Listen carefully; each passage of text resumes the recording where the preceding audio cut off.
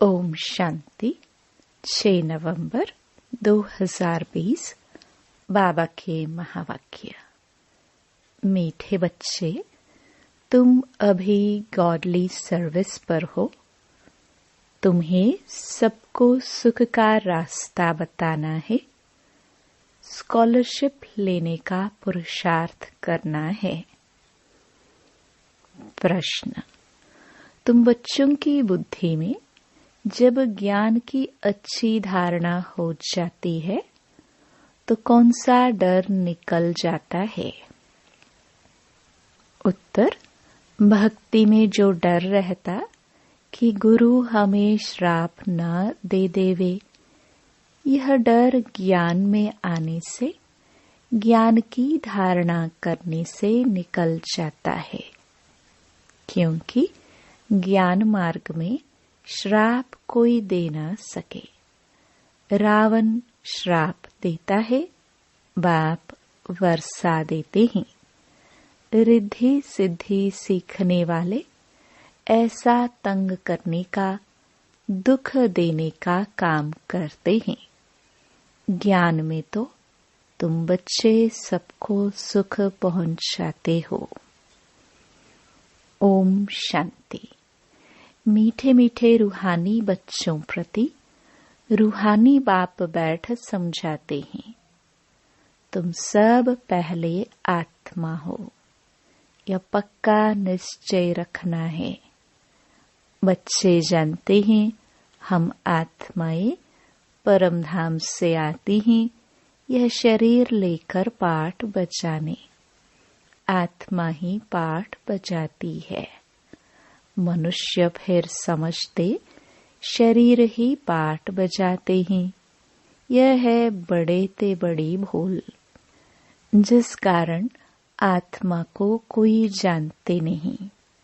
इस आवागमन में हम आत्माएं आती जाती हैं, इस बात को भूल जाते हैं। इसलिए बाप को ही आकर आत्म अभिमानी बनाना पड़ता है। यह बात भी कोई नहीं जानते। बाप ही समझाते हैं आत्मा कैसे पाठ बजाती है। मनुष्य के मैक्सिमम 84 जन्मों से लेकर मिनिमम है 1-2 जन्म। आत्मा को पुनर्जन्म तो लेते रहना है। इससे सिद्ध होता है बहुत जन्म लेने वाला बहुत पुनर्जन्म लेते हैं। थोड़े जन्म लेने वाला कम पुनर्जन्म लेते हैं। जैसे नाटक में कोई का शुरू से पिछाड़ी तक पाठ होता है, कोई का थोड़ा पाठ होता है। यह कोई मनुष्य नहीं जानते। आत्मा अपने को ही नहीं जानती तो अपने बाप को कैसे जाने? आत्मा की बात है ना। बाप है आत्माओं का। कृष्ण तो आत्माओं का बाप है नहीं। कृष्ण को निराकारी तो नहीं कहेंगे। साकार में ही उनको पहचाना जाता है। आत्मा तो सबकी है। हर एक आत्मा में पाठ तो नोंधा हुआ है। यह बातें तुम्हारे में भी नंबरवार पुरुषार्थ अनुसार हैं, जो समझा सकते हैं। अभी तुम बच्चे जानते हो हम आत्माओं ने 84 जन्म कैसे लिए हैं। ऐसे नहीं कि आत्मा सो परमात्मा नहीं। बाप ने समझाया है हम आत्मा पहले सो देवता बनते हैं। अभी पतित तमो प्रधान है, फिर सतो प्रधान पावन बनना है। बाप आते ही तब हैं जब सृष्टि पुरानी हो जाती है। बाप आकर पुरानी को नया बनाते हैं, नई सृष्टि स्थापन करते हैं। नई दुनिया में है ही आदि सनातन देवी देवता धर्म। उन्हों के लिए ही कहेंगे पहले कलयुगी शूद्र धर्म वाले थे। अब प्रजापिता ब्रह्मा के मुख वंशावली बन ब्राह्मण बने हो, ब्राह्मण कुल में आते हो। ब्राह्मण कुल की डायनेस्टी नहीं होती। ब्राह्मण कुल कोई राजाई नहीं करते। इस समय भारत में न ब्राह्मण कुल राजाई करते हैं, न शूद्र कुल राजाई करते हैं। दोनों को राजाई नहीं है। फिर भी उनका प्रजा पर प्रजा का राज्य तो चलता है। तुम ब्राह्मणों का कोई राज्य नहीं है। तुम स्टूडेंट पढ़ते हो, बाप तुमको ही समझाते हैं यह 84 का चक्र कैसे फिरता है। सतयुग, त्रेता, फिर होता है संगम युग। इस संगम युग जैसी महिमा और कोई युग की है नहीं। यह है पुरुषोत्तम संगम युग। सतयुग से त्रेता में आते ही 2 कला कम होती हैं, तो उनकी महिमा क्या करेंगे। गिरने की महिमा थोड़ी होती है। कलयुग को कहा जाता है पुरानी दुनिया। अब नई दुनिया स्थापन होनी है, जहाँ देवी देवताओं का राज्य होता है। वह पुरुषोत्तम थे। फिर कला कम होते होते कनिष्ठ शूद्र बुद्धि बन जाते हैं। उनको पत्थर बुद्धि भी कहा जाता है। ऐसे पत्थर बुद्धि बन जाते हैं जो जिनकी पूजा करते हैं उनकी जीवन कहानी को भी नहीं जानते। बच्चे बाप का जीवन न जाने तो वर्षा कैसे मिले। अभी तुम बच्चे बाप के जीवन को जानते हो, उनसे तुमको वर्षा मिल रहा है। बेहद के बाप को याद करते हो। तुम माता पिता कहते हो तो जरूर बाप आया होगा, तब तो सुख गनेरे दिए होंगे न। बाप कहते हैं मैं आया हूँ, अतः सुख तुम बच्चों को देता हूँ। बच्चों की बुद्धि में यह नॉलेज अच्छी रीति रहनी चाहिए। इसलिए तुम स्वदर्शन चक्रधारी बनते हो। तुमको अब ज्ञान का तीसरा नेत्र मिला है। तुम जानते हो हम सो देवता बनते हैं। अब शूद्र से ब्राह्मण बने हैं। कलयुगी ब्राह्मण भी है तो सही ना। वो ब्राह्मण लोग जानते नहीं कि हमारा धर्म अथवा कुल कब स्थापन हुआ, क्योंकि वह है ही कलयुगी। तुम अभी डायरेक्ट प्रजापिता ब्रह्मा की संतान बने हो और सबसे ऊंच कोटि के हो। बाप बैठ तुम्हारी पढ़ाई की सर्विस, संभालने की सर्विस और श्रृंगारने की सर्विस करते हैं। तुम भी हो on godly service only. God father भी कहते हैं हम आए हैं सब बच्चों की सर्विस में। बच्चों को सुख का रास्ता बताना है। बाप कहते हैं अब घर चलो। मनुष्य भक्ति भी करते हैं मुक्ति के लिए। जरूर जीवन में बंधन है। बाप आकर इन दुखों से छुड़ाते हैं। तुम बच्चे जानते हो त्राही त्राही करेंगे। हाहाकार के बाद जय जयकार होनी है। अब तुम्हारी बुद्धि में है कितना हाय हाय करेंगे। जब नेचुरल कैलामिटीज आदि होगी यूरोपवासी यादव भी है। बाप ने समझाया है यूरोप वासियों को यादव कहा जाता है। दिखाते हैं पेट से मुसल निकले, फिर श्राप दिया। अब श्राप आदि की तो बात ही नहीं, यह तो ड्रामा है। बाप वर्षा देते हैं, रावण श्राप देते हैं। यह एक खेल बना है। बाकी श्राप देने वाले तो दूसरे मनुष्य होते हैं, उस श्राप को उतारने वाले भी होते हैं। गुरु गोसाई आदि से भी मनुष्य लोग डरते हैं कि कोई श्राप न देवे। वास्तव में ज्ञान मार्ग में श्राप कोई दे न सके।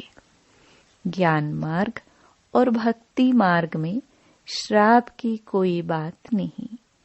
जो रिद्धि सिद्धि आदि सीखते हैं वो श्राप देते हैं, लोगों को बहुत दुखी कर देते हैं, पैसे भी बहुत कमाते हैं।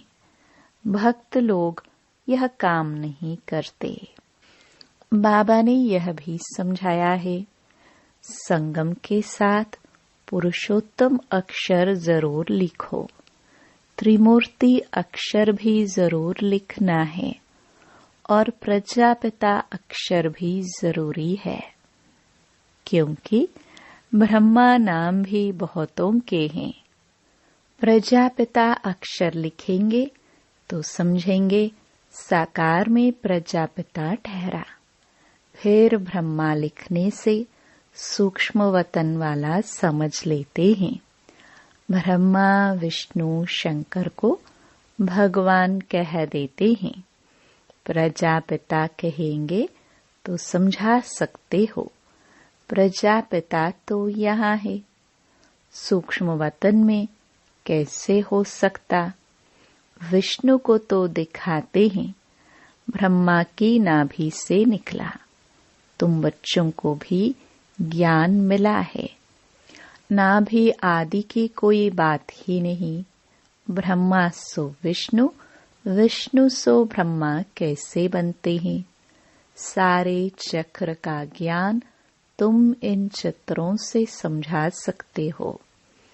बिगर चित्र समझाने में मेहनत लगती है। ब्रह्मा सो विष्णु, विष्णु सो ब्रह्मा बनते हैं। लक्ष्मी नारायण 84 का चक्कर लगाकर फिर ब्रह्मा सरस्वती बनते हैं। बाबा ने पहले से नाम दे दिए हैं। जब बट्टी बनी तो नाम दिए, फिर कितने चले गए।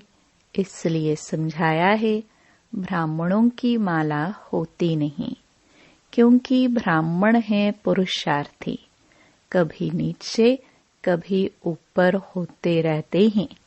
ग्रहचारी बैठती हैं। बाबा तो जौहरी था। मोतियों आदि की माला कैसे बनती है? अनुभवी है। ब्राह्मणों की माला पिछाड़ी में बनती है।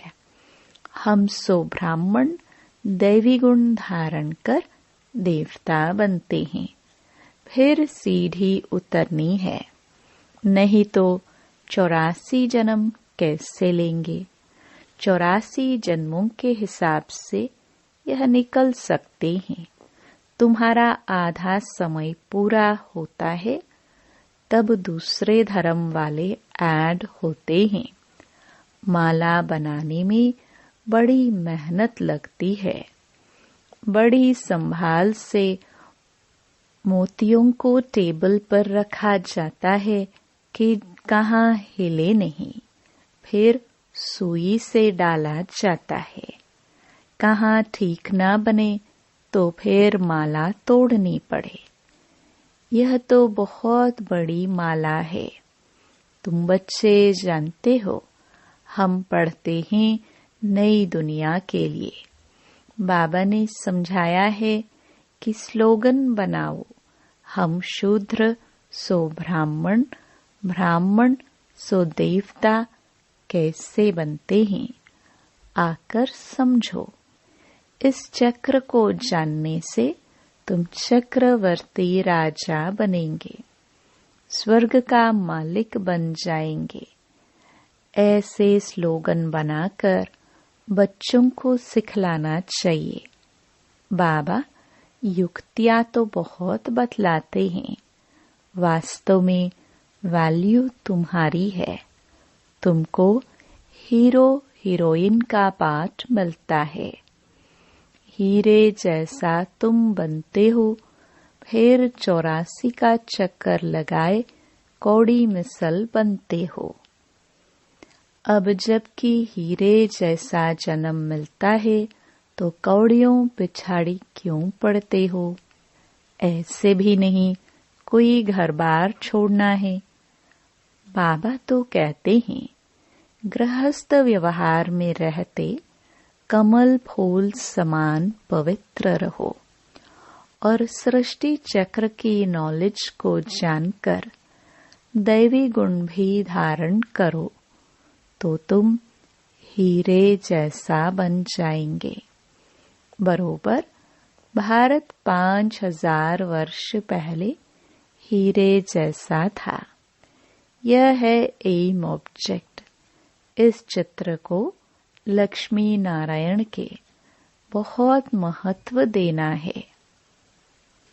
तुम बच्चों को बहुत सर्विस करनी है प्रदर्शनी म्यूजियम में। विहंग मार्ग की सर्विस बेगर तुम प्रजा कैसे बनाएंगे? भल इस ज्ञान को सुनते भी हैं, परंतु ऊंच पद कोई बिरले पाते हैं। उनके लिए ही कहा जाता है कोटों में कोई। स्कॉलरशिप भी कोई लेते हैं ना।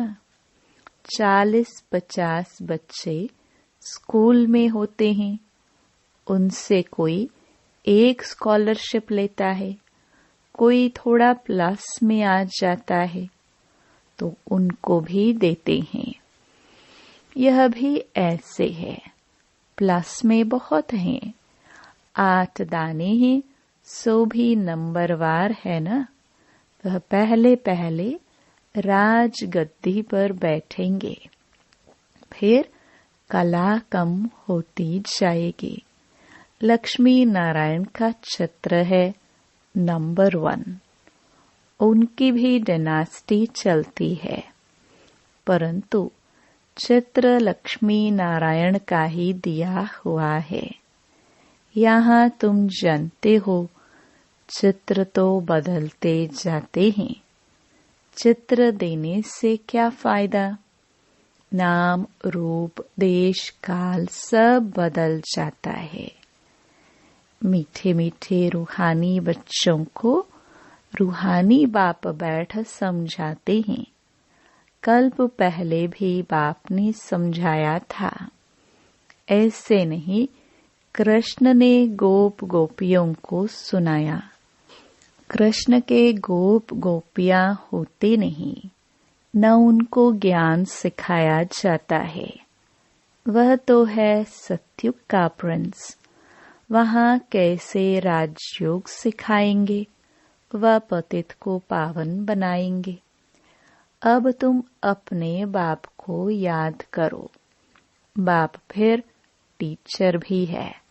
टीचर को स्टूडेंट कभी भूल न सके, बाप को बच्चे भूल न सके, गुरु को भी भूल न सके। बाप तो जन्म से ही होता है। टीचर 5 वर्ष बाद मिलता है, फिर गुरु वानप्रस्थ में मिलता है। जन्म से ही गुरु करने का तो कोई फायदा नहीं है। गुरु की गोद लेकर फिर दूसरे दिन मर जाते हैं। फिर गुरु क्या करते हैं? गाते भी हैं सतगुरु बिगर गति नहीं। सतगुरु को छोड़ वह फिर गुरु कह देते। गुरु तो ढेर हैं। बाप कहते हैं बच्चे, तुम्हें कोई देहधारी गुरु आदि करने की दरकार नहीं है। तुम्हें किसी से भी कुछ मांगना नहीं है। कहाँ भी जाता है मांगने से मरना भला। सबको चिंता रहती है हम कैसे अपने पैसे ट्रांसफर करें। दूसरे जन्म के लिए वह ईश्वर अर्थ दान पुण्य करते हैं तो उसका रिटर्न इसी पुरानी सृष्टि में अल्पकाल के लिए मिलता है। यहाँ तुम्हारा ट्रांसफर होता है नई दुनिया में और 21 जन्मों के लिए। तन मन धन प्रभु के आगे अर्पण करना है। सो तो जब आए तब अर्पण करेंगे ना। प्रभु को कोई जानते ही नहीं तो गुरु को पकड़ लेते हैं।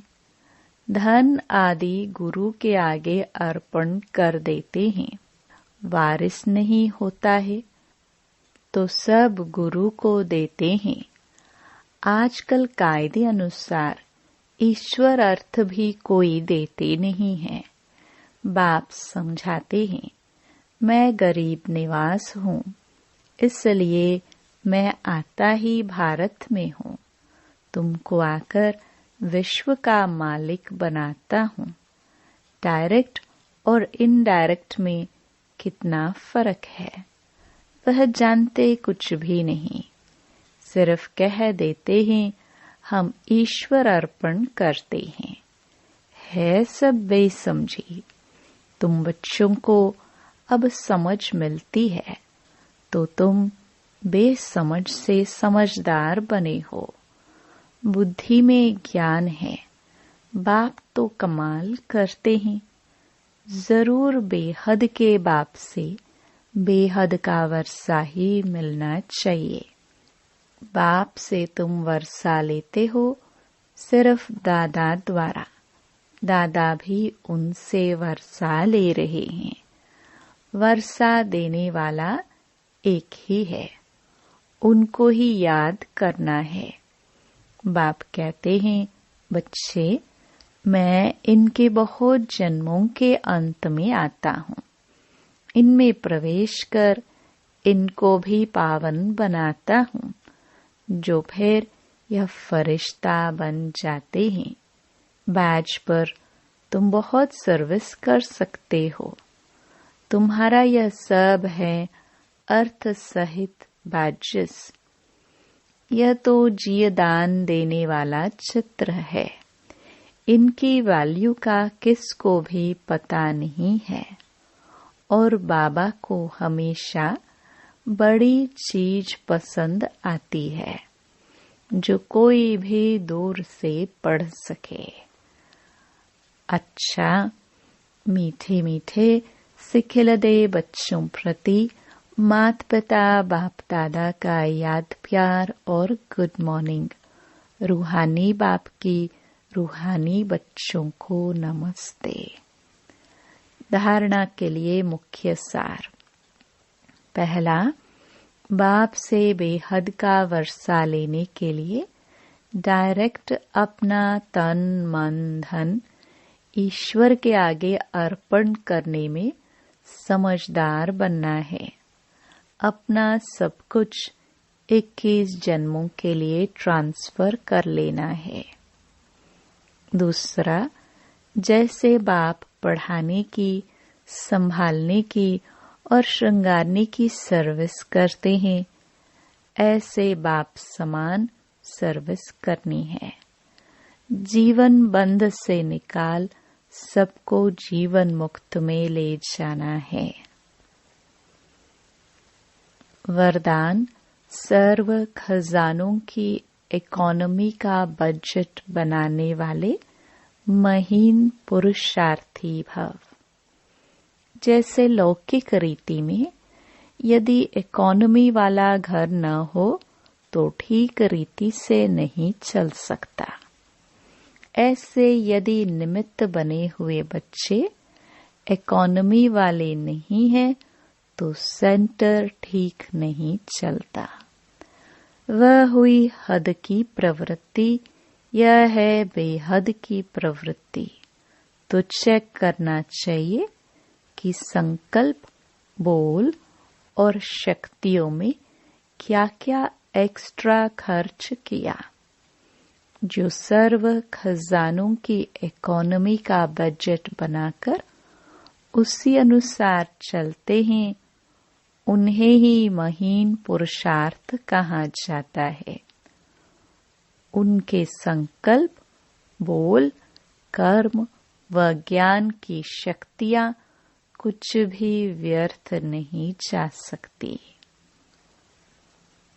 स्लोगन: स्नेह के खजाने से मालामाल बन सबको स्नेह दो और स्नेह लो। ओम शांति।